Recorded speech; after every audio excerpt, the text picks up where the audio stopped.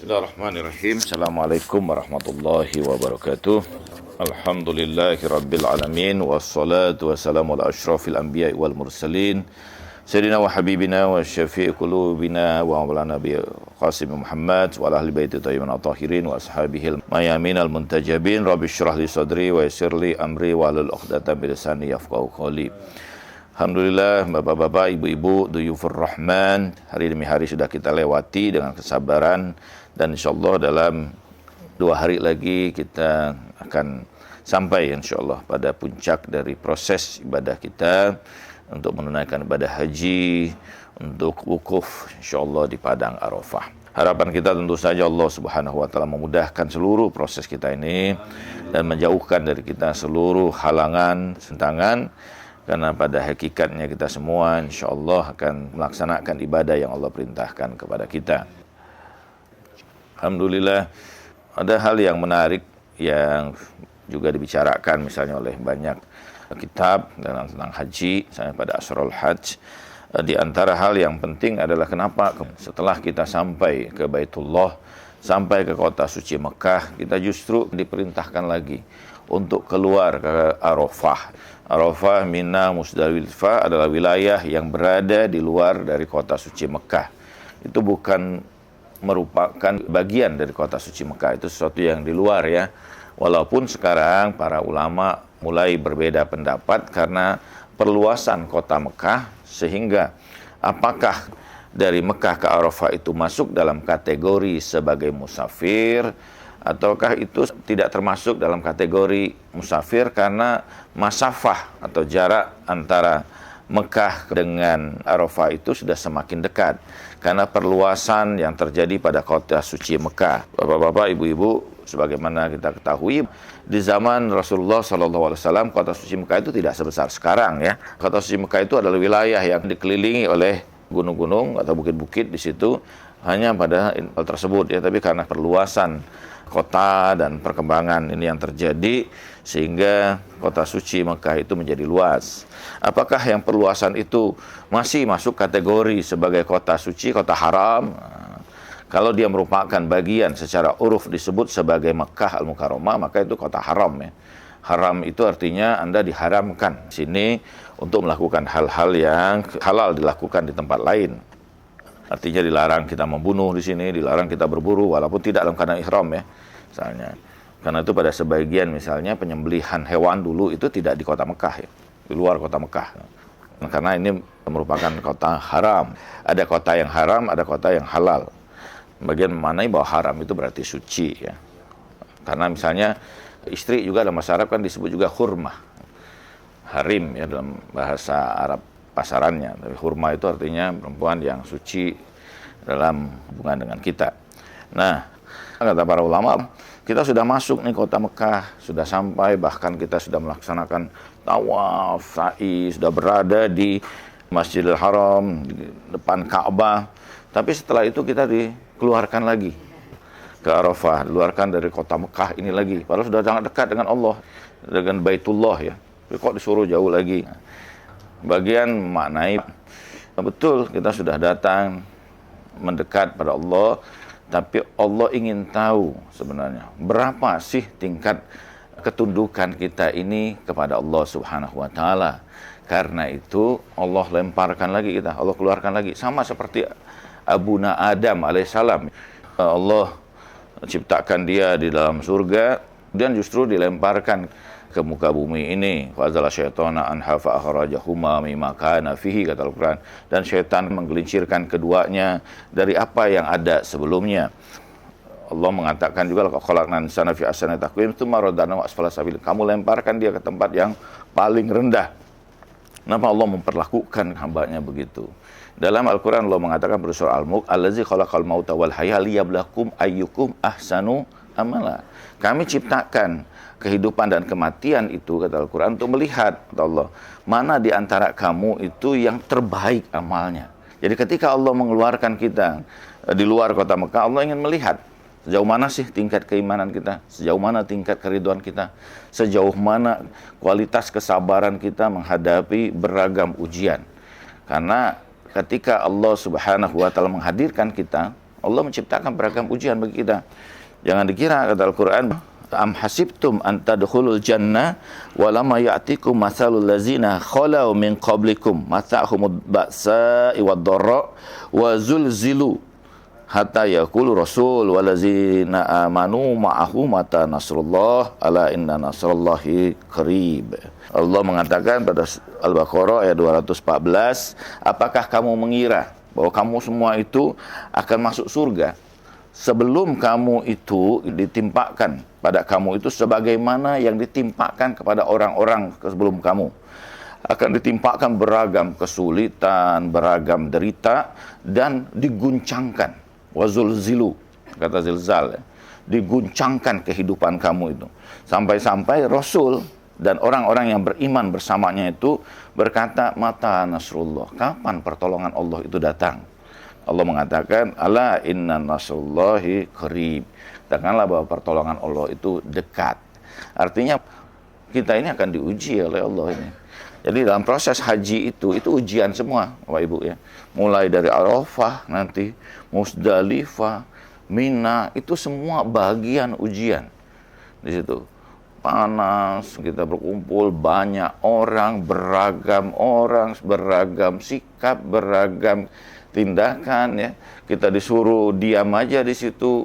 Orang cenderung biasanya ibu bapak tidak sabar ketika disuruh diam. Kenapa? Biasanya cenderung protes gitu. Kita contoh lah, yang paling repot itu kan kalau orang itu kan ketika disuruh atau misalnya di penjara, yang menderita itu kan mereka protes atas di situ gitu. Kenapa? Karena mereka membayangkan kegiatan di luar yang bebas, yang ini dan seterusnya. Tapi ketika disuruh diam, itu kesulitan. Puasa itu kan disuruh kita diam sebenarnya ya. Kata sum itu kan berdiam juga. Paling sulit itu, diam. Kita cenderung ingin mengekspresikan, pengen beraktivitas ini dan itu. Tapi ketika kita disuruh berhenti, berdiam dan seterusnya, itu sesuatu yang berat ya. Apalagi kita disuruh mengkhusyukkan hati kita juga. Umumnya kita itu, konsentrasi kita itu kan terbatas sekali. Orang itu kan konsen itu 20 menit. Gitu. Setelah 20 menit biasanya sudah ada konsen lagi. Gitu. Nah, mulai kemana-mana. Untuk hal-hal begitu saya paham betul. Gitu. Bertahun-tahun ngajar mahasiswa.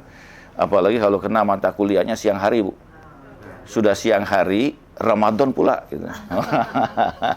Itu saat yang paling berat bagi dosennya untuk mengajar. Dan sudah begitu sekarang pakai sistemnya apa? Online lagi. Udah ngantuk, mahasiswanya tutup ini kita ngomong. Saya pernah Ramadan ngajar begitu karena saking ngantuknya pas ngajar tertidur. Beberapa menit lah kira-kira. Mungkin 2-3 menit bangun, tidak ada yang koreksi saya. Kamu akan diuji dengan orang sebagaimana orang sebelum kamu. Tidak mudah masuk untuk dapat surga itu. Tidak mudah untuk kemudian kita mendapatkan kenikmatan kita di akhirat nanti, kata Allah. Sebelum datang pada kamu ujian. Ya. Jadi haji itu ujian. Kita datang ke sini itu, Bapak Ibu, untuk membayar satu ujian bagi kita ini. Bukan satu prestasi. Saya selalu mengulangi, haji itu bukan prestasi. Kenapa buktinya? Muda, tua, segalanya haji juga. Orang kaya, orang miskin haji juga. Bukan prestasi. Prestasi kita dalam haji itu bagaimana haji ini merubah diri kita. Itu yang betul ya. Jadi kalau sekedar gelar haji, tidak usah jauh-jauh Bapak Ibu. Ke Masjidil Haram aja. Ya haji, hari haji. Semua kita dipanggil haji, walaupun belum haji. Ya hajjah. Itu bukan itu yang kita ingin raih ya, tapi sesuatu yang lebih besar dari itu. Kenapa? Karena kata Rasulullah, la jazaul hajj illal jannah, tidak ada balasan haji itu kecuali apa? Surga. Isi haji itu ya ujian tadi. Ujian kita untuk sabar, ujian kita untuk mengakui keburukan, kejelekan kita, dosa kita, menghancurkan ego kita, minta ampunan kepada Allah Subhanahu wa taala. Dan hidup kita kan begitu Bapak Ibu ya, selalu dengan ujian itu, tidak pernah selesai ujian ini. Dan kira bahwa setelah selesai hajinya kita sudah tenang, aman dan sebagainya, diuji lagi gitu. Dulu sebelum menikah kita berpikir wah kayaknya enak banget nikah kan. Oh, nanti kalau sudah bangun ada yang sudah nyediain kopi, ada sudah siap. Begitu kita menikah, alamak itu. Nah, ini kan macam-macam. Nanti udah ini pengen punya anak. Anak pun ada ujiannya. Yang dikira kita udah pensiun, udah tua, kemudian pengen tenang-tenang. Kita udah tenang, udah pensiun, udah selesai, udah sama-sama menua kita. Anak kita tiba-tiba datang. Ya Allah, bangkrut ini, habis semua modal gitu. Ya, kita masih ada sedikit hasil pensiun, pakai aja dulu. Ya, nanti diganti kalau untung. Enak kalau kita bisa berkata, ya nanti tanah kita yang 20 hektar itu dijual aja deh, karena masih ada 50 hektar lain. Tenang aja, abang kan kaya, banyak tanahnya. Tanah abang itu. Punya abang semua itu, dari Senen sampai Tamrin itu tanah abang.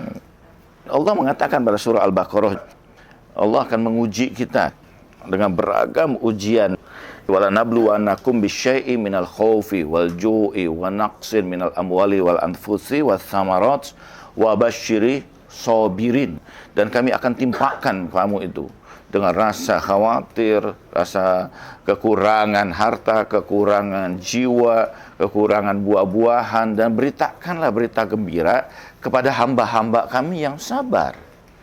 Jadi selalu dalam beragam ujian itu, Allah selalu menyebutkan kata sabar ini. Kenapa? Karena sabarnya kunci utama untuk kita melewati beragam ujian ini. Jadi ketika kita haji ini, kesabaran kita perlu berlipat-lipat, Bu. Kesabaran di antara kita, kesabaran nanti antara diri kita dengan diri kita sendiri, kesabaran kita dalam ibadahnya nanti, kesabaran kita dalam kelelahan yang akan kita hadapi. Itu beragam kelelahan, kecapean, dan seterusnya akan kita lewati nanti gitu. Kita tidak tahu keadaan yang akan terjadi, Bu, ya, berbeda-beda, beragam-ragam gitu. Tapi itu akan kita hadapi gitu. Kita akan diuji nanti oleh Allah, terutama terhadap diri kita sendiri. Apakah di Arafah itu kita betul-betul kita memanfaatkan waktu kita sebaik mungkin, mengalahkan diri kita ini, nafsu kita ini, introspeksi diri, muhasabah, memperbanyak permohonan ampunan. Karena sebagian besar misalnya kalau kita lihat doa-doa Arafah yang ada itu doa permohonan ampunan atas dosa-dosa kita, atas keburukan kita, kejelekan kita yang banyak. Selain tentu kita mendoakan orang lain, kita mendoakan diri kita mendoakan anak-anak kita. Sebagian besar inti dari doa-doa yang diajarkan baik oleh Rasulullah, oleh sahabat, oleh keluarga Rasulullah, atau dalam para ulama dan sebagainya, itu doa permohonan ampun kita. Doa taubat di Arafah itu. Jadi ini kita penting sekali untuk menghancurkan, mengalahkan diri kita sendiri untuk datang kepada Allah betul-betul mohon ampunan, ya, dengan kesabaran, dengan ketundukan kita kepada Allah. Allah mengatakan tidak boleh kita rafas, fusuk, jidal, kan? Rafas wala fusuka wala jidala fil hajj. Tidak boleh berkata rafas. Rafas itu segala bentuk misalnya candaan-candaan, ya. Masuk rafas itu juga yang itu cenderung kepada syahwat. Bukan candaan ini biasa, ya. Kalau misalnya suami bercanda dengan istri, boleh aja di situ sih. Kan berdua berdoanya. Istrinya mengingatkan doa suaminya, boleh aja. Tapi candaan cenderung pada hal-hal yang jelek, yang syahwat. Kan kadang-kadang kita suka bercanda dan seterusnya, yang hal-hal yang seperti itu. Nah, itu masuk bagian rafas. Berkata fusuk itu misalnya mengejek, menghina, ya gitu, atau melecehkan, itu bagian dari fusuk, fasik gitu. Atau berdusta, berdebat. Berdebat itu bukan dialog kita tentang pengetahuan, ya, tapi berdebat itu kita saling menjatuhkan satu sama lain, saling ingin pendapat kita yang benar, gitu. Itu namanya jidal, ya. Jidal itu kan kita bagaimana memenangkan pendapat kita di hadapan orang lain, itu jidal. Dengan segala hal kita mematahkan. Nah, itu tidak boleh, dah berhenti dulu. Ini urusan antara diri kita dengan Allah Subhanahu wa taala, gitu. Setelah lewat ujian-ujian itu semua, setelah kita tahallul, sudah bersih kembali, kita lewati ujian itu, baru kita diperkenankan datang lagi kepada Allah dengan tawaf dan sa'i ifadah, ya. Itu penyempurna haji kita. Jadi karena itu kadang-kadang disebutkan sebagai tawaf dan sa'i haji. Setelah kita lewat, diuji dulu, dibakar dulu diri kita ini. Karena setiap ujian itu kan mematangkan diri kita, Bu. Orang tidak akan pernah sampai pada derajat yang tinggi kecuali dengan ujian. Diguncangkan dulu. Nabi itu paling berat ujiannya. Ada perkataan dari Jalaluddin Rumi mengatakan bahwa jiwa para nabi itu seperti landak. Semakin dipukul, semakin membesar.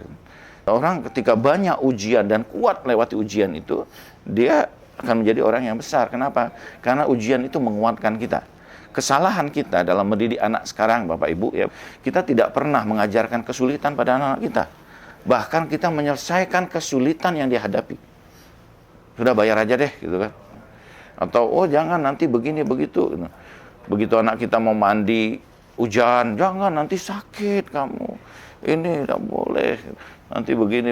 Wah, akhirnya anak kita tumbuh tidak kuat fisiknya. Kadang-kadang besar tubuhnya, lebih besar dari kita, tapi mentalnya juga kanak-kanak. Dalam pepatah Arab itu dikatakan ajab tu an syai'an, asyabun yatasyayyakh wa syekhun yatashabab. Aku heran pada dua hal. Ada orang, anak masih kecil tapi sudah cepat sekali kelihatan tua. Tapi ada orang tua yang gayanya kayak anak muda aja terus. Udah masih 50 tahun masih main game online gitu. Hati-hati bapak-bapak ya main game online itu. Khawatir nanti dibakar istrinya. Sekarang banyak anak-anak seperti itu Bapak Ibu ya. Generasi Z itu kan tumbuh besar tubuhnya Masya Allah melebihi bapak ibunya, subur, tapi tidak kuat dalam menghadapi persoalan. Tidak kuat dalam menghadapi kesulitan misalnya. Kenapa? Karena kesalahan kita tidak ingin anak kita sulit seperti zaman kita dulu, sehingga setiap kesulitan yang dihadapi kita protek gitu. Ini sesuatu yang sebenarnya cara mendidik kita yang keliru pada anak-anak kita. Biarkan anak-anak itu menyelesaikan persoalannya. Paling kita memberikan petunjuk aja. Tapi suruh dia menyelesaikan itu. Suruh dia menghadapi persoalan itu. Suruh dia bertanggung jawab atas kekeliruan misalnya yang dihadapi. Supaya dia terlatih untuk menjadi lebih kuat, lebih besar ya. Lebih bertanggung jawab. Karena kita punya uang misalnya, lantas kita apa yang dia inginkan langsung kita berikan. Sehingga tidak melatih dia untuk prihatin misalnya kan. Kita melatih dia bahwa kita bisa, paling tidak dia harus menabung misalnya. Untuk melatih dia untuk bisa ini. Nah, ini kan kesulitan yang kita hadapi, beragam hal Allah timpakan pada kita. Ada sahabat saya pernah tanya, Ustaz kok Tuhan itu serem banget ya? Bilang kenapa? Kita ini kan tidak minta diciptain jadi manusia. Setelah kita diciptakan Tuhan, dihadirkan ke dunia, kemudian Tuhan timpakan kita ujian-ujian dalam kehidupan ini. Sulit dalam kehidupan kita, begini, begitu, dan sebagainya. Setelah itu diancam pakai neraka lagi. Kok Tuhan kejem banget? Ya, saya bilang, itu bukan karena Tuhannya yang salah ya menciptakan hukum itu. Tapi itu sebenarnya karena keterbatasan kita. Bagi orang-orang yang hebat misalnya dalam melihat ujian itu, dia melihat sebagai sesuatu yang positif. Sebagai bagian dia untuk naik lebih tinggi gitu. Tapi bagi orang-orang yang melihatnya pada pola yang negatif, ujian itu sebagai penderitaan ya. Kita sekarang melihat penderitaan kita lewati, kita bersyukur, Pak. Betul. Kenapa? Karena dengan penderitaan itulah kita menjadi seperti sekarang ya.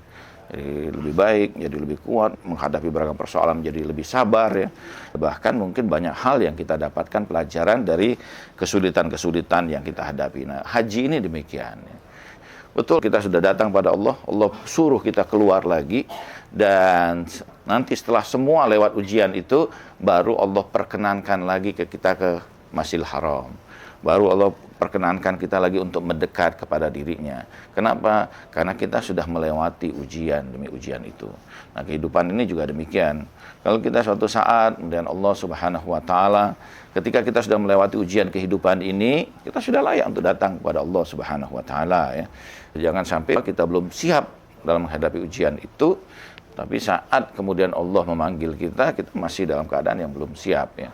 Nah, itu yang problem ya. Jadi kalau kita lihat siksa kesulitan atau siksa kubur itu, sebagian ulama mengatakan begini, kalau saya sering menggambarkan pada mahasiswa saya itu, seperti orang itu dipindahkan kepada satu tempat. Dia belum siap, dia tidak mengerti bahasanya, dia tidak tahu, dia tidak bawa misalnya uang yang cukup, dia juga tidak tahu tentang cuaca yang ada di situ, Tiba-tiba dia dipindahkan dari Jakarta misalnya ke Eropa yang dalam keadaan dingin. Menderita yang terjadi. Beda kalau orang itu sudah siap. Dia sudah siap, dia punya bekal, dia sudah mengerti bahasa yang ada di sana, dia juga sudah mengerti budaya yang di situ dan sebagainya, dia mengerti cuaca di situ. Jadi ketika datang ke sana dia bisa bermain-main, bisa berwisata. Yang ada ketika orang tidak siap, ya dia penderitaan pada dirinya. Sementara kalau orang itu sudah siap, dia akan dalam keadaan bahagia. Itu yang membedakan antara seorang yang datang pada Allah dalam keadaan siap dengan tidak siap. Nah, kita kembali pada Allah itu setelah kita lewat dari peristiwa yang wukuf di Arafah, kita mabit di Musdalifah, kita melontar jumroh di Mina, tahallul, kita juga mabit lagi. Nah, kalau kita sudah lewat semua itu, lewat saringan-saringan yang Allah saring kita, baru kita layak untuk datang kembali kepada Allah Subhanahu wa taala ya.